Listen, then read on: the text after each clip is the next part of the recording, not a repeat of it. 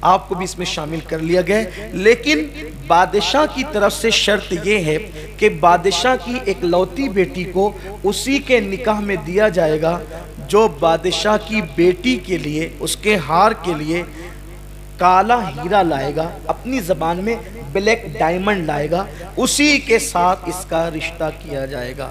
کیا آپ لا سکتے ہیں؟ بھئی سفید ڈائمنڈ لانا، سفید ہیرا لانا بھی اس مزدور کے بس کا نہیں تھا نا، اس مزدور کے بس کا نہیں تھا، لیکن وہ اگر واقعی بادشاہ ہوتا بھی، بادشاہ بھی اگر وہ ہوتا تو بلیک ڈائمنڈ اس کے بس کی بات نہیں تھی۔ یہ اور بات ہے، ہند والوں کے مقدر عروج پر ہیں۔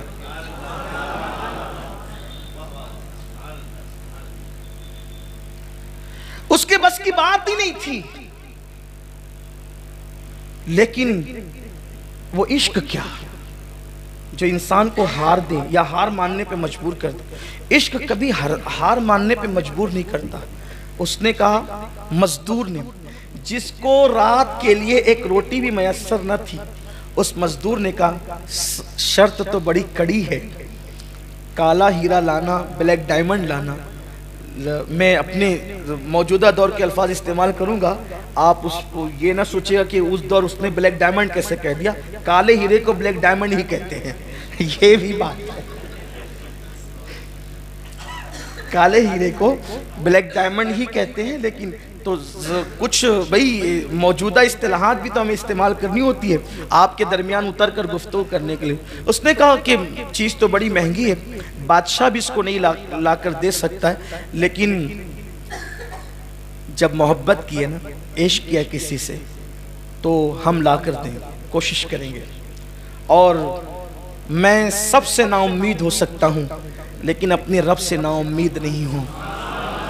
میرا اللہ میری ضرور مدد کرے گا، کیونکہ میری محبتوں میں پاکیزگی، میری محبتوں میں اخلاص ہے، میری محبتوں میں بناوٹ نہیں ہے، میری محبتوں میں خلوص ہے، میں ضرور لاؤں گا۔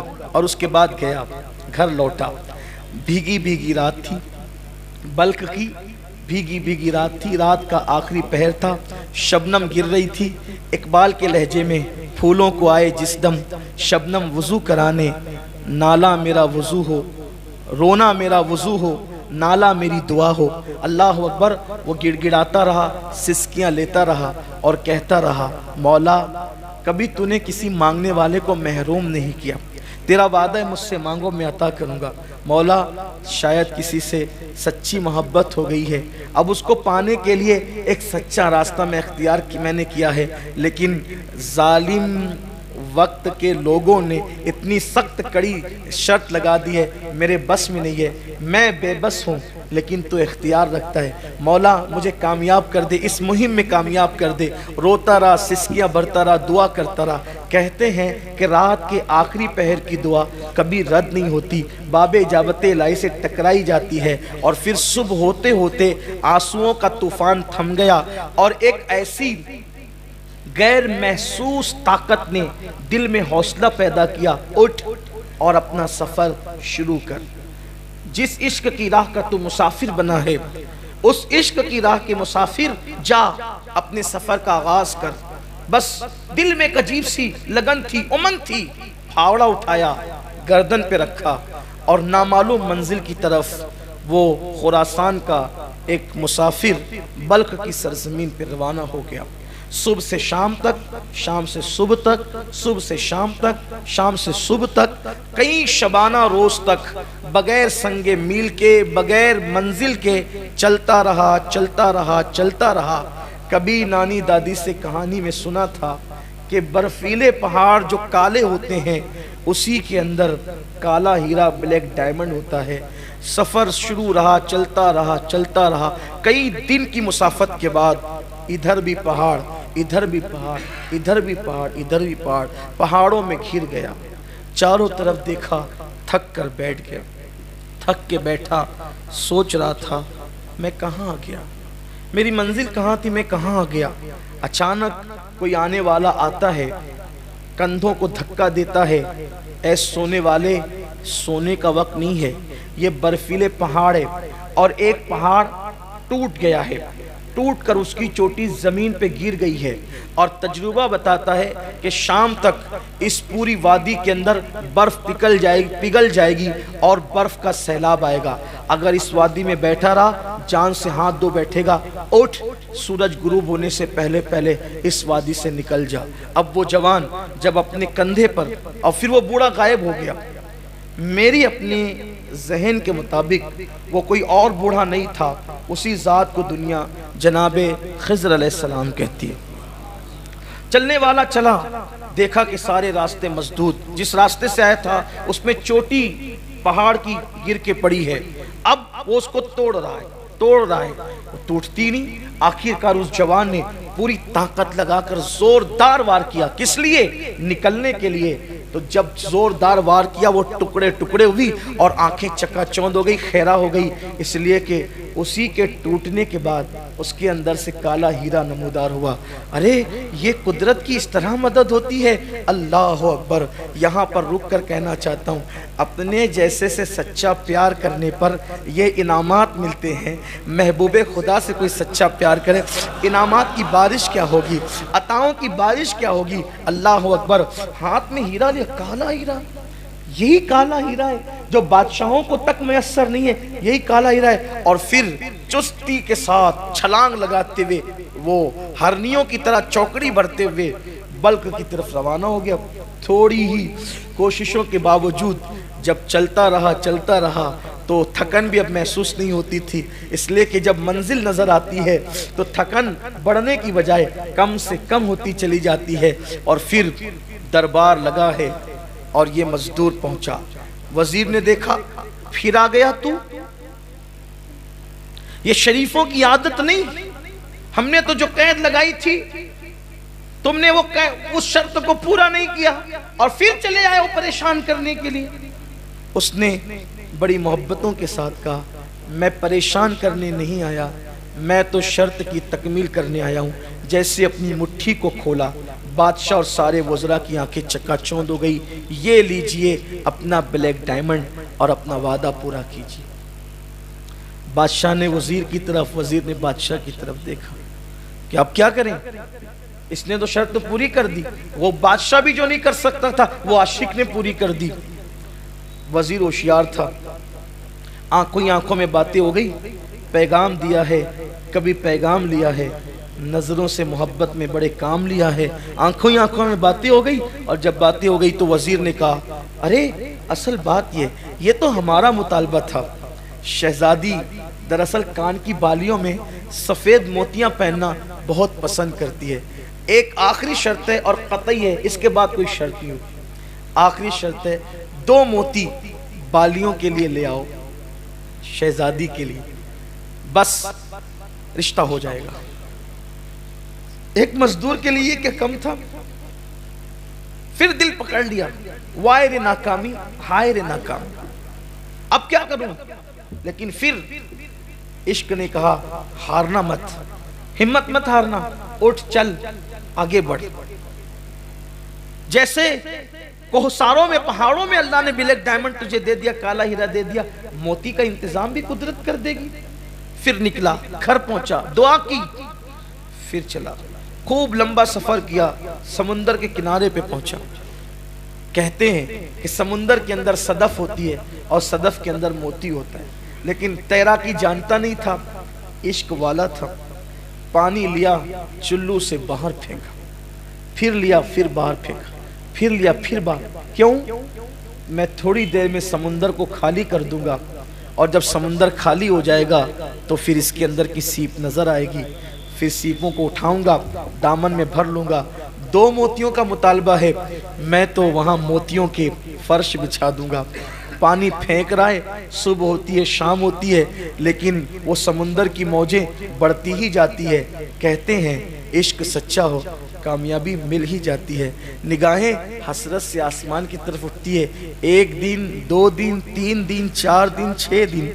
اگر میری جماعت کا اتنا بڑا مفکر اس واقعے کو نہ لکھا ہوتا، واللہ کبھی محراب میں بیٹھ کر بیان کرنے کی میرے اندر ہمت نہ تھی، کہیں لوگ مجھے جھوٹا تصور نہ کریں، لیکن میں اس ذات پر اعتماد کر رہا ہوں جو ہماری جماعت میں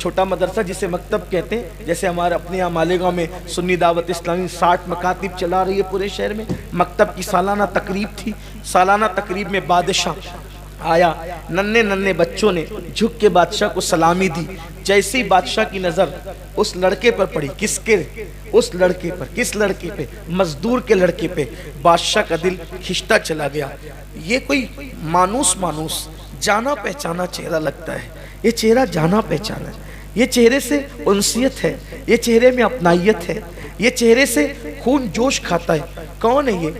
معلم سے پوچھا کون ہے یہ؟ معلم نے کہا وہ سامنے کٹیا ہے نا مزدور کی، اسی کا بچہ ہے، غریب آدمی ہے، روزانہ لا کے پہنچاتا ہے، شام کو لے جاتا ہے۔ یہ بچہ اپنا سا لگتا ہے، ایک کام کریں، اس کے ابا سے کہنا کہ یہ اس بچے کو محل میں لے کر کے۔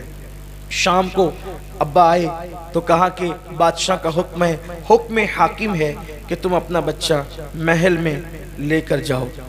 انہوں نے کہا بہت اچھا، گھر لایا، بیوی سے مشورہ کیا، کیا ہوگا، کیسے ہوگا؟ ایسا لگتا ہے اب پوشیدہ راز سب اوپن ہو جائیں گے، کیسے ہو سکتا ہے، کیا ہوگا؟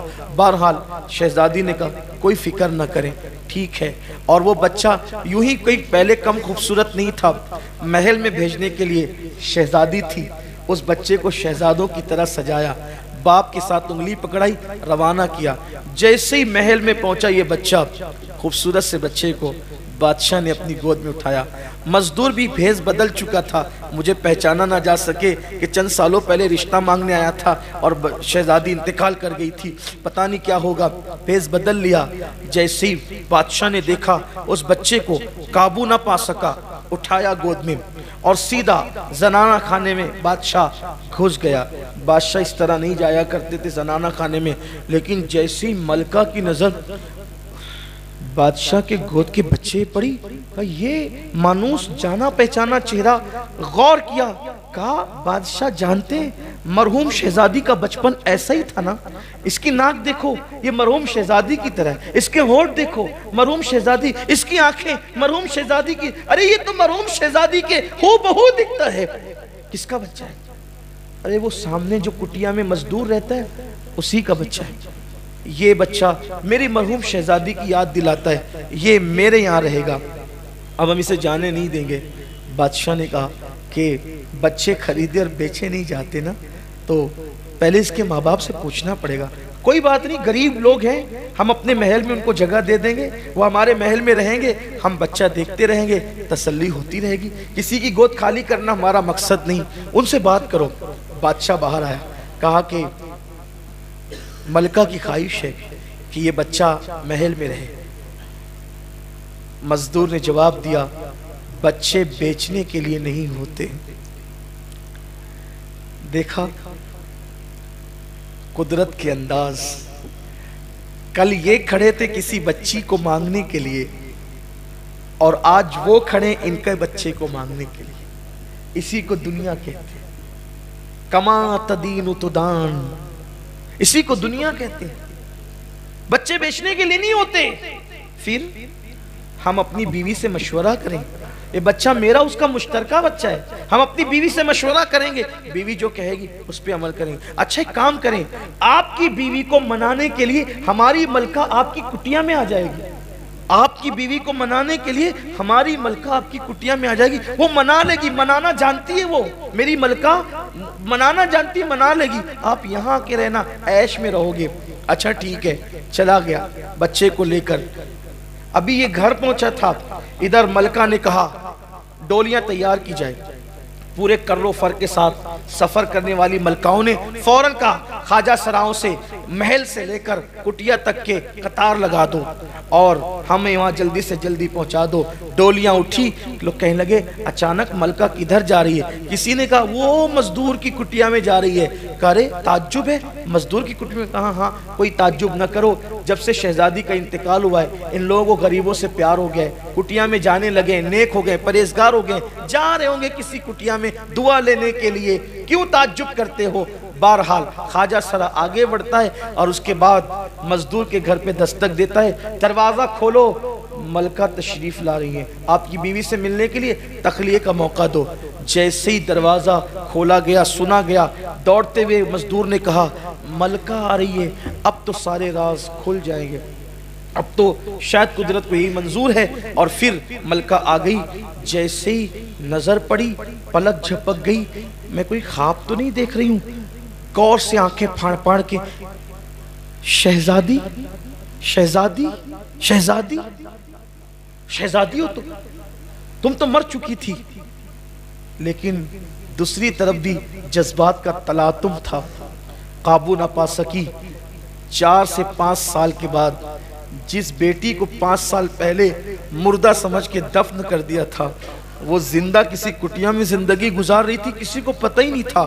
ماں بیٹی لپٹ لپٹ کر خوب روئے، اور جب رو چکے، جب جذبات کا تلاطم تھما، بیٹی تم یہاں، شہزادی نے پوری داستان سنائی کہ یہاں آنے کا انداز کیا تھا، کیوں آئے تھے، کیسے آئے تھے، کسی کی محبت اور عشق نے نئی زندگی دی اور یہاں آئے اور اب زندگی گزار رہے ہیں۔ یہ بات جنگل کی آگ کی طرح پورے بلخ میں پھیل گئی۔ جسے دفن کر دیا تھا اسے کسی کی پاکیزہ محبت نے نئی زندگی دے دی، اور پھر اس کے بعد فیصلہ ہوا کہ اب جسے مزدور کہہ رہے تھے وہ مزدور نہیں ہے، بلکہ وہ تو بادشاہ کا داماد ہے، اور وہ کٹیا میں رہنے والی لڑکی وہ کوئی غریب کی بیوی نہیں ہے، وہ شہزادی ہے بلخ کی۔ اس کے بعد اعلان ہو گیا، اب کٹیا میں نہیں رہ سکیں گے، محل میں چلو۔ اور اس کے بعد کٹیا سے لے کر محل تک سپاہ کی قطار تھی۔ جو وزیر کل تک ڈانٹتے تھے وہ وزیر آج ہاتھ باندھ کر کے کھڑے تھے۔ محبتوں کو سلام ہے، پاکیزہ محبتوں کو، ان زانیوں کی نہیں، شرابیوں کی نہیں، آبرو لوٹنے والوں کی نہیں۔ اللہ اکبر، ہاتھ بن گئے لوگوں کے ہاتھ۔ جذبات کا تلاطم تھا۔ وقت کا بادشاہ، بلخ کا بادشاہ دروازے پہ کھڑا تھا استقبال کے لیے۔ کس کے؟ اس مزدور کے جو چند سال پہلے مزدور کہہ کے پکارا جا رہا تھا، اور اس کے بعد ایک گوگا تھا، شور تھا، دل رکھنے کو جگہ نہیں تھی۔ پورے بلخ کے اندر ایک شور تھا، ہنگامہ تھا۔ کیا ہوا کیا ہوا کیا ہوا؟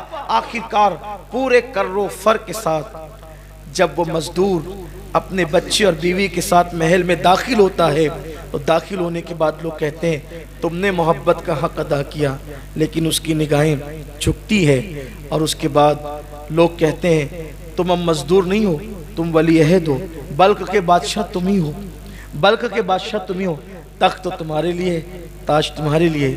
یہی احساس اس جوان کو ساری زندگی ستاتا رہا۔ ایک لڑکی سے خلوص دل کے ساتھ پاکیزہ محبت کی، مزدور سے بادشاہ بن گیا۔ اگر یہ محبت میں نے مدینے کے تاجدار کے ساتھ کی ہوتی تو مجھے کیا مقام نصیب ہو جاتے۔ پھر اس نے مدینے کے تاجدار سے محبت کی، لڑکی سے محبت کر کے، پاکیزہ محبت کر کے، پاپ والی نہیں، پاکیزہ محبت کر کے بلخ کا بادشاہ بنا مزدور۔ اور جب پھر اسی محبت نے آگے بڑھایا تو پھر مدینے والے سے محبت ہوئی، اور محبت ایسی ہوئی پھر وہی بلخ کا بادشاہ حضرت ابراہیم ابن ادہم کے نام سے جانے اور پہچانے، حضرت ابراہیم ابن ادہم کے نام سے جانے اور پہچانے گئے۔ پھر دنیا نے دیکھا ابراہیم ابن ادہم غریب نواز کے بھی پیروں کے پیر بنے، غوث پاک کے پیروں کے پیر بنے۔ اس واقعے کو علامہ ارشد القادری علیہ الرحمہ نے اپنی شورِ آفاق کتاب زلف و زنجیر کے اندر تحریر فرمایا ہے، جس کا نیا نام لالہ زار ہے۔ میں نے اپنے الفاظ کے جامع میں اس کو بیان کیا ہے آج کے اس موقع پر، بس اس لیے اللہ میری قوم کو نفسانیت سے بچائے، خواہشات سے بچائے، اور اللہ ہمیں سچی محبتوں کی طرف بڑھنے کی توفیق عطا فرمائے۔ آؤ عہد کریں، اس سے پیار کریں جس سے محبت کرنے والا ابراہیم ابن ادہم بن گیا۔ ہم بھی اسی آقا سے محبت کریں، اللہ ان کا عشق ہمیں عطا فرمائے، اور یوں دعا کرے ایسا گما دے ان کی ولا میں خدا ہمیں، ڈھونڈا کریں پر اپنی خبر کو خبر نہ ہو۔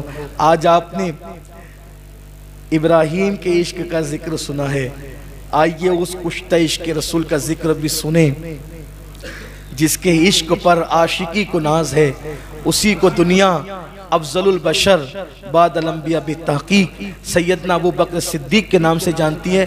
انشاءاللہ 18 تاریخ کو اگر اچھا لگا ہو تو لائک کر کے آگے شیئر ضرور کر دینا۔ اللہ حافظ۔